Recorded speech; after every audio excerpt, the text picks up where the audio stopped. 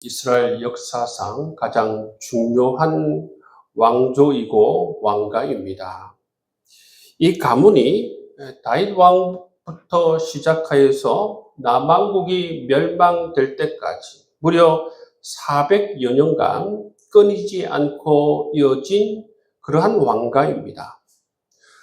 오늘날 이스라엘 유대교에서도 그들이 간절히 바라는 게 뭐냐면 이 다윗 왕조의 부활을 꿈꾸고 있습니다.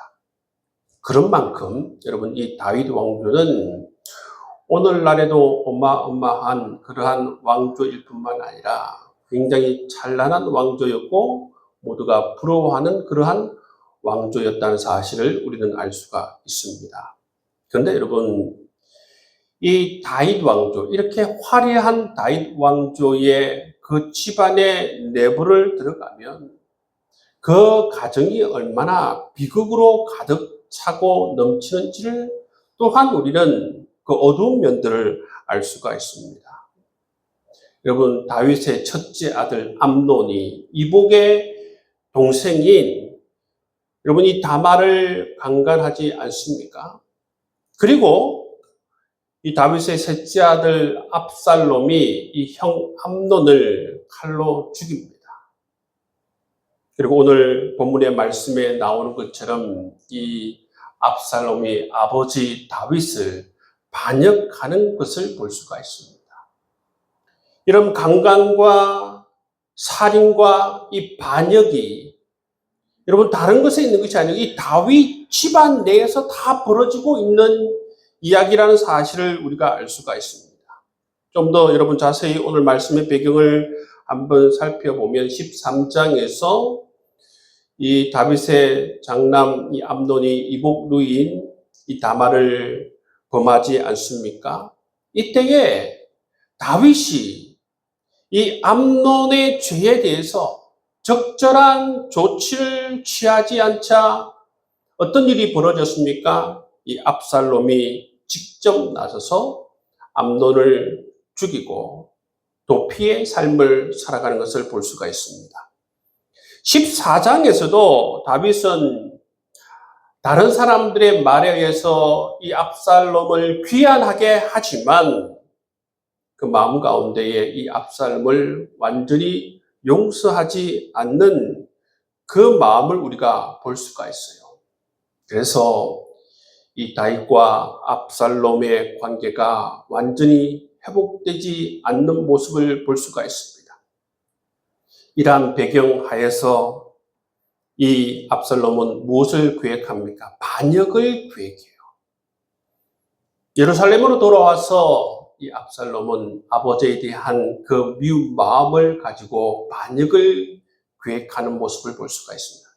4년 동안 굉장히 체계적으로 무엇을 통하여서 반역할지 생각하면서 압살롬은 반역을 모의하는 모습을 볼 수가 있습니다. 그 과정을 보면 이 압살롬이 굉장히 똑똑한 사람이에요. 그래서 여러분 오늘 말씀에 보면 그 반역을 성공하는 모습을 우리가 볼 수가 있다는 것입니다. 이 압살롬이 반역을 계획하면서 첫 번째 했던 건 뭐냐 하면 백성들의 마음을 사는 거예요. 오늘 본문 말씀에도 나왔지만 어떤 것을 통해서 백성의 마음을 훔치는가 하면 1절 말씀에 보시면 그 후에 압살롬이 자기를 위하여 병거와 말들을 준비하고 호위병 50명을 그 앞에 세우니라. 여러분 압살롬이 무엇을 했습니까? 여기 보시면 병거와 말들을 준비하고 호위병 50명을 세워서 늘 이렇게 움직여 다녔다는 것입니다. 이건 누구만이 할 수 있는가 하면 그 당시 왕들만이 할 수 있는 행동이에요.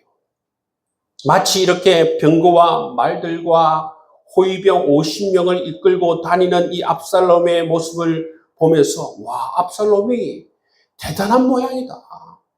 다윗의 대를 이을 모양이다. 여러분 그러한 어떤 이러한 이야기들을 여러분 불러일으키기 위해서 이처럼 이 압살롬은 자기의 외적인 그런 화려한 이미지를 만드는 모습을 볼 수가 있어요. 그 두 번째 한글은 뭐냐 하면 2절 이하의 말씀을 보시면 그는 아침 일찍 성문어귀에 나가서 소송하러 온 백성들을 만나요. 만나서 굉장히 살갑게 어떻게 합니까? 어느 성읍에서 오셨습니까? 그리고 그 사람이 하는 이야기를 다 들어요. 당신의 말을 듣고 보니 정말 당신의 말이 다 옳고 당신의 말이 다 정당합니다. 여러분, 그 사람의 마음을 그대로 다 받아들이고 그 사람의 말을 다 인정해 줍니다. 그리고 나서 무슨 말을 하냐면 유감스럽게도 당신의 소송 문제를 들어줄 그러한 대리인을 지금 왕이 세우지 않았습니다. 그런 말을 하는 것이죠. 그리고 나서 내가 만약 왕이라면 당신의 일을 공정하게 잘 판단할 텐데 그런 말을 해요. 여러분, 그리고 이 백성이 이 압살롬을 향하여서 허리를 굽혀 절을 하려고 하면 어떻게 합니까? 압살롬이 손을 내밀어서 그를 붙들 뿐만 아니라 입을 맞춥니다. 여러분, 그러니까 이 백성들이 혹하지 않겠습니까? 이렇게 여러분 여러분 이 소송을 하기 위해서 자기 자신의 삶의 어려움을 가지고 나오는 사람들, 그 백성들의 마음을 훔칩니다. 무려 4년 동안 여러분 이 백성들을 만나고 이 백성들의 마음을 훔치는 압살롬의 모습을 볼 수가 있습니다. 여러분, 이처럼 압살롬은 4년 동안 병거와 말들과 호위병 이 50명으로 마치 자기 자신이 대를 이어서 다음에 왕이 될 사람이라는 그러한 외적인 이미지를 만드는 모습을 보일 뿐만 아니라 이 백성들의 이 감정을 공략하고 백성들의 마음을 흔들어서 환심을 사고 그리고 어떻게 합니까? 다윗에 대해서는 이 백성들 마음 가운데 불신을 심어요. 이렇게 여러분 당신의 일을 처리할 그러한 대리인을 왕께서 세우지 않았습니다. 다윗을 비난함을 통해서 이 백성들과 다윗의 관계에 불신을 심고 관계를 깨뜨리는 모습을 볼 수가 있습니다. 6절 말씀은 어떻게 결론을 짓습니까? 압살롬의 행함이 이와 같아서 이스라엘 사람의 마음을 압살롬이 훔치니라 말씀하고 있어요. 이렇게 압살롬은 백성들의 마음을 훔칩니다. 백성들의 마음을 훔칠 뿐만 아니라 그 아버지의 자리를 넘보고 아버지의 그 권위를 훔치는 모습을 볼 수가 있는 것입니다. 여러분, 이처럼 다른 사람을 비방하는 것, 즉 압살롬이 다윗을 비방하는 것은 무엇입니까? 그 다윗에 대한 불신을 조장하는 것이지요. 그리고 분열의 씨앗을 심는 것입니다. 그리고 다르게 그 사람의 마음을 훔치는 거예요. 그래서 오늘 이 말씀을 통해서 우리가 생각해 보아야 하는 것은 뭐냐면 자식들 앞에서 남편을 욕하든지 아내를 욕하면 그것은 바로 자식들과 부모 사이에 불신을 조장하는 것이고 또 그 자녀의 마음을 훔치는 행위라는 것을 우리가 볼 수가 있습니다. 여러분, 정말 지혜로운 사람은 어떤 사람입니까? 지혜로운 사람은 아버지와 이 자녀들 사이의 관계를 이어주는 사람, 그리고 아내와 자녀들 사이의 이 관계를 더욱더 돈독하게 이어주는 사람, 그 사람이 지혜로운 사람이에요. 어리석은 사람들이 있어요. 남편이 없으면 자녀들 앞에서 남편을 욕하고 불신을 주장하고 남편을 그 아버지를 싫어하게 만드는 사람, 어리석은 사람들이죠. 여러분, 그런 어리석은 일인 줄 모르고 불신을 조장하고 가정 안에서 불신의 씨앗을 심는 모습을 볼 수가 있어요. 그리고 가정뿐만 아니라 교회도 마찬가지입니다. 그렇기 때문에 우리는 어떤 사람을 조심해야 하는가? 이 압살롬 같은 사람을 조심해야 돼요. 압살롬은 어떻습니까? 자기 자신에 대해서는 다른 사람들에게 위세를 떨고 여러분 자랑을 하지만 반면 다른 사람에 대해서 다윗에 대해서 비난함으로써 백성들과 여러분 그 관계를 깨는 모습을 볼 수가 있지 않습니까? 그렇기 때문에 여러분 우리는 이 압살롬 같은 사람들 조심해요. 우리 자신이 이 압살롬 같은 사람이 되지 않도록 여러분 늘 조심해야 되는 줄 믿습니다. 늘 여러분 우리가 하나님의 사람으로서 여러분 남편이면 아내와 자녀의 사이를 이어주고 남편이면 정말 아내와 자녀의 사이를 이어주고 그렇게 여러분 지혜로운 하나님의 백성들로 살아갈 수 있기를 주의 이름으로 축복합니다. 13절 말씀을 보십시오. 13절 말씀에 보시면 전령이 다윗에게 와서 말하되 이스라엘의 인심이 다 압살롬에게로 돌아갔나이다. 이 전령의 소식을 듣자마자 이 다윗 왕은 즉시 도피하는 모습을 볼 수가 있습니다. 17절 말씀에 보시면 왕이 나감에 모든 백성이 다 따라 나가는 모습을 볼 수가 있어요. 이렇게 여러분 다윗은 왕궁을 떠납니다. 예루살렘을 떠나는 모습을 볼 수가 있습니다.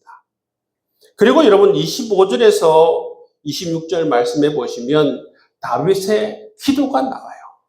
이 예루살렘을 떠나면서 다윗이 하나님께 한 기도가 나오는 것입니다. 여러분 이 기도의 내용을 보면 정말 다윗이 이 기도를 보면 멋지게 잘하는 모습을 볼 수가 있습니다. 25절 말씀 보십시오. 왕이 사독에게 이르되 보라 하나님의 궤를 성읍으로 도로 메어 가라. 만일 내가 여호와 앞에서 은혜를 입으면 도로 나를 인도하사 내게 그 궤와 그 계신들을 보이시리라. 그러나 그가 이와 같이 말씀하시기를 내가 너를 기뻐하지 아니한다 하시면 종이 여기 있사오니 선히 여기시는 대로 내게 행하시옵소서 하리라. 여러분 이렇게 다윗이 하나님께 기도하는 모습을 볼 수가 있습니다. 여러분 이 기도의 내용을 보면 여러분 이 다윗은 첫 번째 이 압살롬의 반응이 자기 자신의 죄에 대한 심판임을 지금 인식하고 있습니다. 두 번째는 지금 다윗이 가지고 이 왕권이 중요한 것이 아니라 무엇이 중요하다고 다윗은 고백하고 있습니까? 하나님의 뜻이 중요하다고 그렇게 고백하고 있습니다. 그리고 세 번째 이 기도의 내용을 보면 그 미래를, 그 장래를 하나님께 맡기는 모습을 볼 수가 있습니다. 여러분, 다윗이 이처럼 압살롬의 반역을 당하고 예루살렘을 떠나면서 그러한 상황 가운데서도 다윗은 자기 자신의 죄를 인정하고 자기 자신의 왕권을 내려놓고 모든 결과를 하나님의 손에 맡기는 기도를 올려드리는 모습을 볼 수가 있어요. 여러분 다윗은 여러분 우리가 이 다윗의 인생을 보면 다윗도 연약한 인간이고 다윗도 죄성이 가득한 인간이라는 사실을 우리가 이 말씀을 통해서 알 수가 있습니다. 그런데 여러분 다윗이 보면 정말 잘하는 게 뭡니까? 자기 자신의 연약함과 죄를 인정하는 것입니다. 정신이 들면 다윗은 이처럼 정말 올바른 기도, 하나님께 맡기는 기도, 자기 삶을 의지하는 그러한 기도를 올려드리는 모습을 볼 수가 있다는 것입니다. 여러분 이 다윗이 비록 여러분 연약함과 죄성으로 말미암아 삶의 어리석은 여러분 생각을 하고 판단을 하고 그 길을 걸을 때도 있지만 이처럼 다윗은 하나님께 올바른 기도를 올려드리는 모습을 볼 수가 있습니다. 여러분 이 기도를 우리가 배워야 될 줄 믿습니다. 다윗은 이렇게 예루살렘으로 쫓겨나서 여러분 이제 다른 곳으로 나아가는 모습을 볼 수가 있습니다. 다윗의 인생 가운데 어떻게 보면 가장 비참한 모습이 30절 말씀에 그려져 있어요. 어떻게 묘사하고 있습니까? 다윗이 감난산 길로 올라갈 때에 그의 머리를 그가 가리고 맨발로 울며 갔다라고 표현하고 있어요. 예루살렘을 떠날 때에 다윗이 그의 머리를 가리고 맨발로 울며 떠나는 모습을 볼 수가 있습니다. 얼마나 비참한 모습으로 여러분 쫓겨나는 모습입니까? 이 다윗은 왕이지만 이 아들의 반역 속에서 이처럼 신발도 제대로 신지 못하고 정말 눈물을 흘리면서 이 예루살렘을 떠나는 모습을 볼 수가 있습니다. 여러분 다윗의 죄가 무엇입니까? 13장에 나오는 것처럼 이 첫째 아들 암논이 범죄하였을 때에 그 범죄를 보고도 다윗은 침묵했어요. 이게 바로 다윗의 죄입니다. 그 침묵이 이 압살롬의 마음에 칼을 갈게 한 모습을 볼 수가 있습니다. 여러분 이 압살롬의 죄가 무엇입니까? 이 압살롬은 아버지가 그렇게 했다고 하더라도 여러분 무조건 그 가운데에 복수심과 교만이 있어야 하는 것입니까? 그렇지 않지 않습니까? 근데 압살롬은 그 마음 가운데에 보시면 복수심과 교만한 마음으로 가득 차 있는 것을 볼 수가 있어요. 그 아버지의 처지를 이해하지 못하는 모습을 볼 수가 있습니다. 이러한 것들이 바로 이 압살롬의 죄라는 것입니다. 여러분 그 가정이 비극으로 치달을 때는 이처럼 죄와 죄가 만나는 순간 그 가정은 이런 비극으로 나아갈 수밖에 없는 것을 볼 수가 있어요. 좋은 가정은 어떤 가정인가? 자기 자신의 죄를 스스로 깨닫고 회개할 줄 아는 가정이 좋은 가정인 줄 믿습니다. 부모는 부모의 죄를 깨닫고 회개하고 자녀는 자녀의 잘못을 깨닫고 회개하고 남편은 남편의 죄를 깨닫고 회개하고 아내는 아내의 잘못을 깨닫고 회개하는 그러한 가정이 여러분 좋은 가정인 것입니다. 그런 회개가 있는 가정, 자기의 잘못을 인정하는 가정이 바로 그 가정을 비극에서 구원할 수 있는 가정이고 행복을 계속 유지할 수 있는 가정임을 오늘 말씀에 주고 있습니다.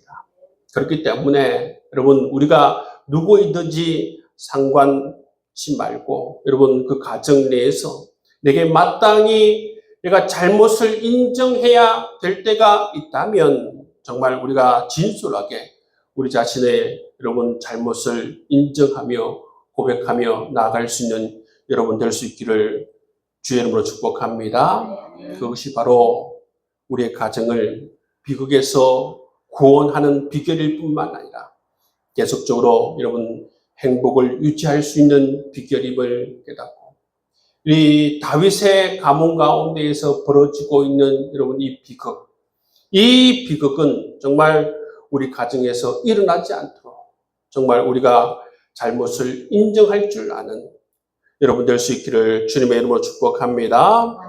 31절 말씀을 보시면 어떤 사람이 다윗에게 알리되 압살롬과 함께 모반한 자들 가운데 아히도벨이 있나이다 하니 다윗이 이르되 여호와의 원하옵건대 아히도벨의 모략을 어리석게 하옵소서 하니라.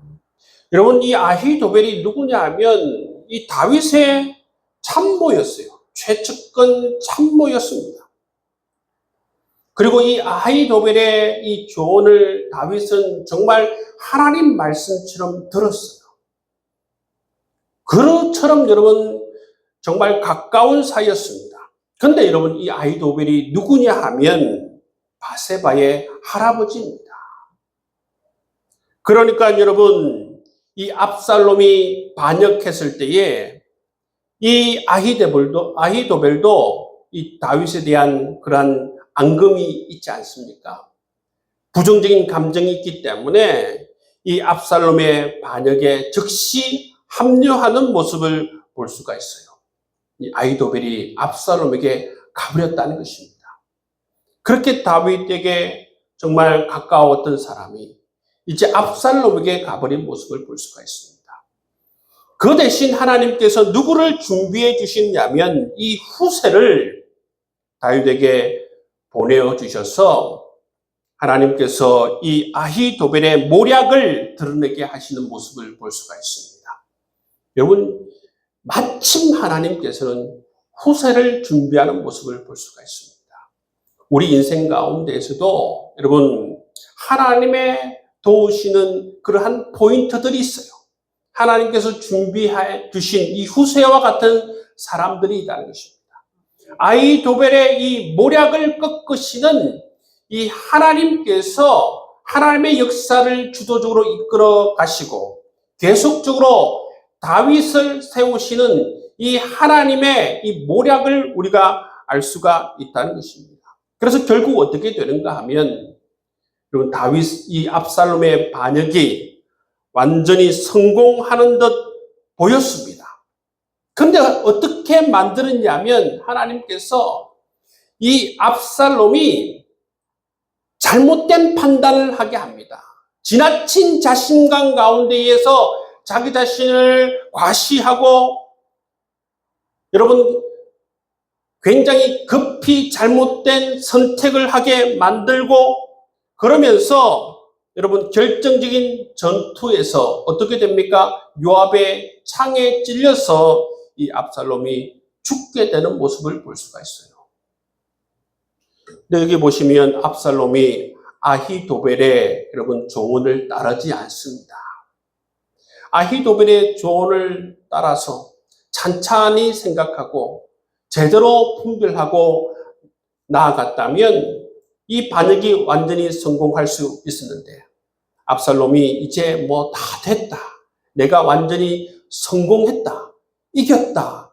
라는 그러한 생각으로 말미암아 오만한 그런 판단으로 판단 미스를 하고 여러분 자기 자신을 과시하고 교만한 그러한 것들이 드러나면서 전투에서 이 압살롬이 죽는 모습을 볼 수가 있다는 것입니다. 여러분 하나님께서는 이처럼 굉장히 중요한 포인트에서 어떻습니까? 후세를 준비할 뿐만 아니라 이 압살롬이 잘못된 선택을 하게 만드는 모습을 볼 수가 있어요. 로마서 8장 28절 말씀해 보시면 하나님을 사랑하는 자 곧 그때로 부르심을 입은 자들에게는 모든 것이 합력하여 선을 이루느니라 말씀하고 있어요. 여러분 하나님께서 우리의 삶에 간섭하시고 역사하시는 줄 믿습니다. 그래서 하나님께서 우리의 삶 가운데 지금도 간섭하고 역사하시기 때문에 이 압살롬의 여러분 이러한 모략을 꺾으시고 후세를 준비하여서 다윗의 이 정권이 완전 몰락하는 그러한 것 같아 보이지만 그때 하나님께서 이 다윗을 붙드시고 그의 왕위를 세워나가시는 모습을 볼 수가 있습니다. 오늘 말씀을 정리하면 다윗은 오늘 말씀을 통해서도 완벽한 인물이 아니라는 것을 볼 수가 있어요. 다윗의 삶을 보면 우유부단하고 그 마음 가운데에 정말 용서하지 못하는 그러한 마음이 있고 또 그것이 다윗 집안의 반역의 씨앗이 된 것을 우리가 볼 수가 있는 것입니다. 그렇지만 다윗이 오늘 본문 가운데에 정말 잘한 것이 있습니다. 그것이 뭡니까? 다윗의 기도예요. 다윗은 이 기도를 통해서 어떻게 합니까? 자신의 죄를 인정합니다. 자신의 왕권조차도 내려놓습니다. 모든 결과를 하나님께 맡기는 모습을 볼 수가 있습니다. 압살롬은 정말 어떻게 해야 되느냐 하면 자신 안에 있는 이 복수심과 교만과 분노의 칼날을 내려놓아야 했어요. 근데 압살롬은 이것을 하지 못하였고, 다윗이 잘못한 건 뭡니까? 정말 다윗이 자기 자신의 가정을 먼저 지혜롭게 잘 다스려야 하는데 이것을 하지 못한 것이 바로 이 다윗의 여러분 정말 잘못한 점들이라는 것입니다. 오늘 말씀을 통해서 남편은 아내에게, 아내는 남편에게, 부모는 자식에게, 자식은 부모에게 솔직하게 자기 자신의 허물을 고백할 줄 아는 가정이 되어야 한다는 것입니다. 압살롬아, 미안하다. 내가 정말 미안하다. 네 마음을 알지도 못하고 그냥 나는 암놈만 생각하다가 이렇게 정말 우유부단한 판단을 하고 네 마음에 큰 상처를 주었구나. 이 아비의 어리석음을 용서해다오. 여러분 그렇게 했으면 이 모든 여러분 이 반역의 씨앗이 사라졌을 거예요. 뿐만 아니라 정말 이 압살롬도 아버지께 나와서 아버지 죄송합니다. 미안합니다. 저도 제 마음 가운데 있는 이 분노, 정말 이 복수심, 이러한 것들을 잘 다스려야 되는데 그렇지 못해서 미안합니다. 여러분 그렇게 여러분 압살롬이 예루살렘으로 돌아왔을 때에 3년 만에 돌아왔을 때에 그런 이야기를 했더라면 이러한 반역과 이 가정 가운데 있는 이러한 불씨들이 제거되었을 것입니다. 중요한 것은 이 진심 어린 사과가 굉장히 큰 힘을 발휘한다는 것입니다. 무엇을 통해서 이 압살롬의 칼날을 녹일 수가 있습니까? 다른 것은 될 수가 없죠. 다윗의 진실한 사과만 있었다면 이 압살롬의 이 반역의 칼날을 여러분 그 녹일 수 있었을 것입니다. 정말 그 가정의 행복을 지킬 수 있는 비결은 뭔가? 바로 이 진심 어린 사과라는 사실을 우리가 알 수가 있는 것입니다. 여러분 사과가 아무것도 아닌 것처럼 보이지만 진심 어린 사과는 이처럼 굉장한 힘을 발휘하는 모습을 볼 수가 있습니다. 여러분 늘 감사하는 것도 늘 감사하지만 마땅히 여러분 우리가 진심 어린 사과가 필요할 때는 언제나 우리가 마음을 열어서 여러분 우리 자신의 진심 어린 이 마음을 고백할 수 있는 여러분 될 수 있기를 주의 이름으로 축복합니다.